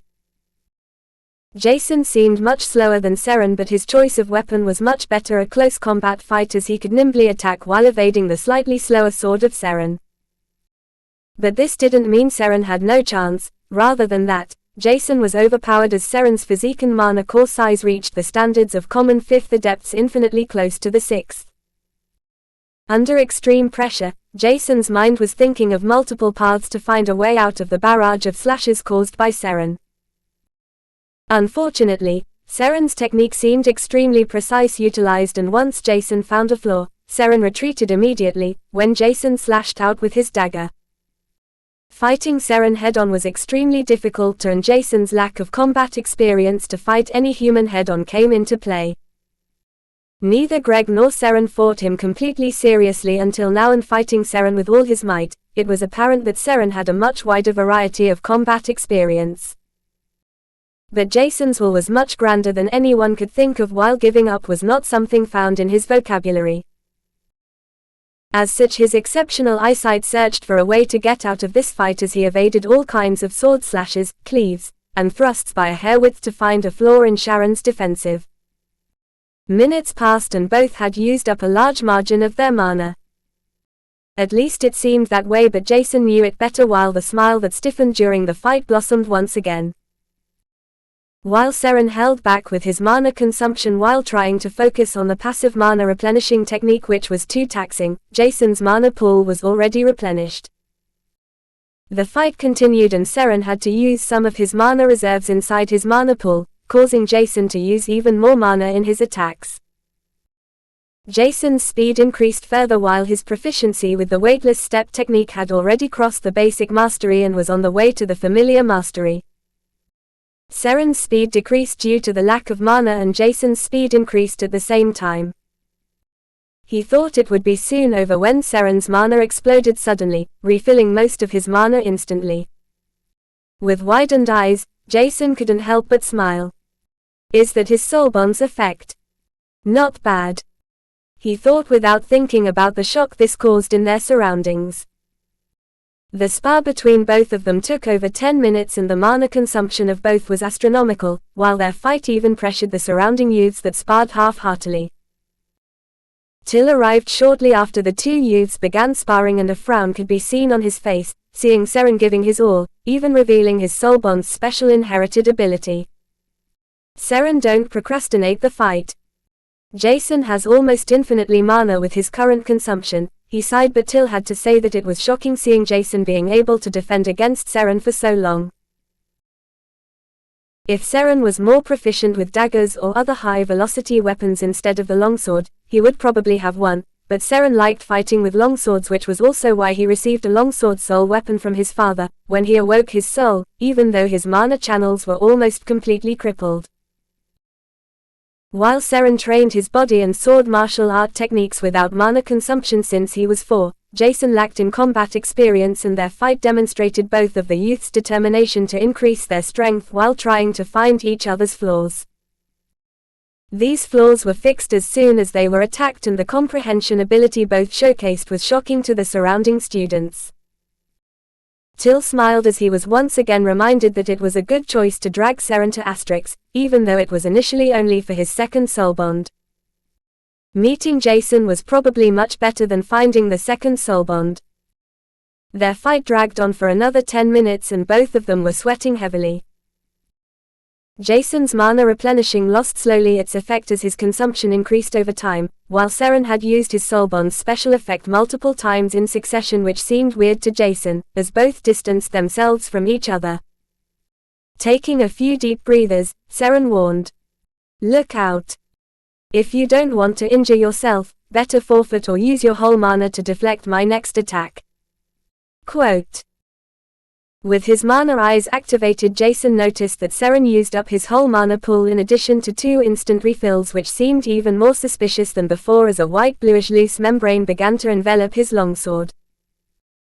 Circulating the mana in a certain path, Seren pulled back his sword and was about to swing down when goosebumps spread all over Jason's skin with the sensation of danger filling his mind. OST, he cursed inwardly as he noticed that the mana membrane peeled off from the sword, shooting straight towards him. With a terrifying speed, that even Till astonished, Jason could only helplessly look at the sword ray shooting right into him, when he instinctively felt something in his soul world shaking violently. He lifted his arm and a black flame appeared right before the sword ray pierced into Jason's hand, as he released his whole mana pool at once. Boom. Chapter 130, Seren's Mutated Soul Bond by Hydesgrain. Boom. A thick cloud of dust was whirled up, enveloping the whole combat area while Till charged towards them, in order to see if Jason was fine because the black flame couldn't be seen. Jason's black origin flame was as strong as a peak-evolved ranked fire affinity, and destroying the sword ray wasn't considered a problem for it. However, Jason had never used it before. As such, he was only able to summon the flame in the last moment before the sword ray arrived. From the outside, it looked like Jason was about to block the sword ray with his hand, which was unimaginably stupid, causing Till to charge towards them. If something were to happen, he would immediately throw Jason into a freezing capsule and give everything he could to keep him alive. However, right as the dust cloud vanished with Till standing where Jason should have been, he saw him right in front of Seren, who looked down at Jason with widened eyes. After using his soul bond's ability so many times in addition to his most threatening sword technique, Seren's mana was completely used up, and seeing that Jason was completely fine was not something he could comprehend. He couldn't even say anything before Jason stated, "It's my win today," with a bright smile on his face. Storing away the daggers in his hand, Jason supported Seren, who was extremely exhausted, to leave the combat area, where they passed Till, who looked at Jason with doubt. How is his strength so much stronger compared to 3 days ago? Seren's sword ray should have already reached the might of the evolved rank attack.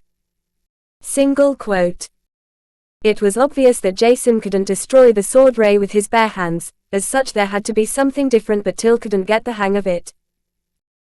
Jason and Seren were supporting each other as they left the combat arena while their classmates looked at them with widened eyes and traces of shock underlining their obvious astonishment.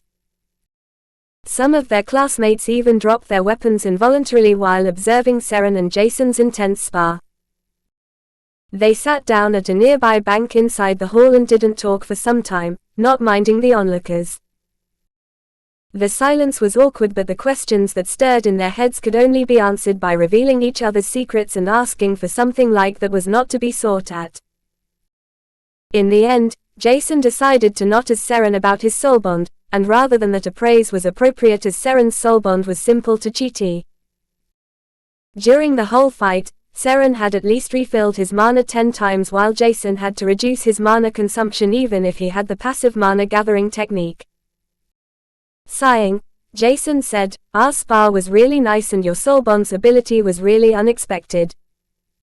Trying to break the awkward silence, and Seren replied earnestly, "It had been a really long time since I was able to fight any of my peers head on without holding back, but your mana replenishing caught me off guard." Quote. Hearing that, Jason was a little bit confused. "Hasn't Mr. Grile told you that I refined a sub-area inside my mind?" Jason said innocently while looking at Seren. "Why, you mean the splitting mind technique's first level? You've done that? Did you want to die?" Seren shouted, jumping up from his seat, looking at Jason as if he was a stupefied monster. "Refining his brain and splitting a small fracture from it to create a sub-area at the adept rank? No. Probably even at the novice rank. Maybe there is something wrong with Jason's brain. Or did he just want to die?" Single quote. Jason looked dumbfounded at Seren's outburst of emotion and chuckled lightly. One could say that the mind division he underwent was comparable to a death wish at his rank, but thanks to the devilish Valkyrie shield fruit, he survived, even though he almost became insane, ending up in a small trauma. Thinking back on the danger he underwent, Jason shuddered, before he looked at Seren once again. "Well, I'm doing fine, right? Due to the sub-area and the automatic passive mana replenishing process, I was able to defeat you in the end," he said with a sly smile which infuriated Seren. That was only because Slimy was exhausted. Seren's tongue slipped and he cursed himself inwardly. "Slimy. Is your soul bond a slime?" Jason asked curiously, as he couldn't imagine naming a soul bond Slimy except it was either slime or some other, slimy, beast. "I'm so stupid," Seren thought, but now Jason could find out what his soul bond was, once he researched a little bit. As such, Seren decided to tell Jason the truth. Clearing his throat, he began. "My soul bond is a mutated mana slime without any affinity. Rather than that, because of the slime's innate attributes, my malfunctioned mana channels could be fixed to a certain degree. Due to its mutation, I received the ability called Mana Injection, which can immediately replenish my mana to a certain degree. Normally, I can use this ability only once a day, but the mutated mana slime can store the usages to a certain degree. During our fight I used up too many stored mana injections at the same time, causing Slimy to end up extremely exhausted. It was unfortunate that I couldn't win against you, but what makes me more curious is the fact how you defended against my sword ray. This sword ray should have been at the evolved rank." Quote. Seren explained before he decided to ask Jason what he was curious about. Both of them already told each other a few secrets, and Seren thought it was useless to hide the other less secretive things. Jason knew more about him than most people from his own clan, except his parents and siblings. While Jason's knowledge was already relatively vast, he didn't know that an ability like the Mana Injection existed, so he was astonished and the cool escaped from him accidentally. Seren looked at Jason before he began to laugh heartily. Thinking too hard, Seren had thought Jason could tell his secrets to other families their own clan had enmity with in order to gain credits, but looking into Jason's eyes, he knew that there wouldn't be a single problem to tell him the truth. Jason's eyes seemed more trustworthy than his own close family, which was somehow scary but at the same time reassuring. Due to Sermon's laughter, Jason was also infected by it and they began to laugh sincerely, causing their surroundings to look at them extremely weird with complex expressions. Are you two combat machines even aware that we have combat lessons right now? Single quote. And not long passed before Seren and Jason noticed that they were enveloped in thick mana and dragged through the hall until they arrived inside the combat arena once again. If you can laugh, honing your skills shouldn't be a problem. Continue sparring, Till said, trying to show a serious face, but both Seren and Jason noticed that Till was also amused by them and rather proud about their combat prowess. But Till's next announcement caused both Jason and Seren to frown deeply. We will now make team battles. As a small mission, each team that is capable of defeating Jason and Seren will receive 10 lace points, while surviving for 5 minutes will reward you with 5 lace points. Suddenly the whole combat area turned into a bunch of hyenas eyeing Jason and Seren, that stood inside the combat arena not knowing what was going on. There was nothing to lose for their classmates as not a single lace point would be deducted, and they began to queue up to fight Jason and Seren, with greed overwhelming their emotions. There were only 5 to 10 lace points they could obtain, but converted it was still a fortune of 100,000 to 200,000 credits. Both he and Seren were confused about how their conversation turned into a battlefield against all of their classmates. However, Jason had not fought against many elemental affinities. As such, he was expectant to fight his classmates, that eyed them carefully.